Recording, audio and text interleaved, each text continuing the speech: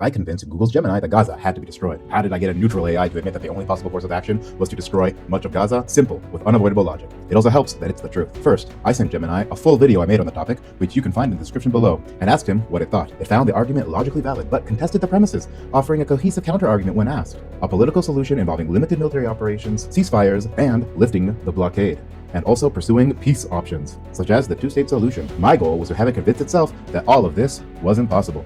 So I asked it if there was any historical examples of this working. It brought up Northern Ireland and South Africa. Knowing that these cases were completely different, I simply stated that Hamas's stated aim is to annihilate Israel. It realized the flaw and pivoted. It immediately realized the difference between a group advocating for a political solution and one advocating for complete annihilation. It brought up the PLO as another example of someone who had nihilistic goals but changed its position. However, it also stated that this required the PLO to recognize that their military path had failed. I simply asked the question, if Israel was to do what you suggested in your framework of political concession, would this erode Hamas' support, or would it do the opposite? It immediately realized that the political situation would have emboldened Hamas, reinforced their hold, and shattered the Israeli deterrence. It stated the two goals, a long-term political solution and a political solution after October 7th with Hamas, were mutually exclusive. From there, I asked if the proposed framework of political solution was still viable after October 7th. It conceded that in that text it was not. It also tried to quibble, saying that a political path might be viable long-term, but conceded that Hamas's own actions made it practically impossible. So I simply asked, doesn't it logically follow that the only course of action for Israel after October 7th was the course advocated in the video? It tried to qualify the answer. So I led it down to the solution point by point,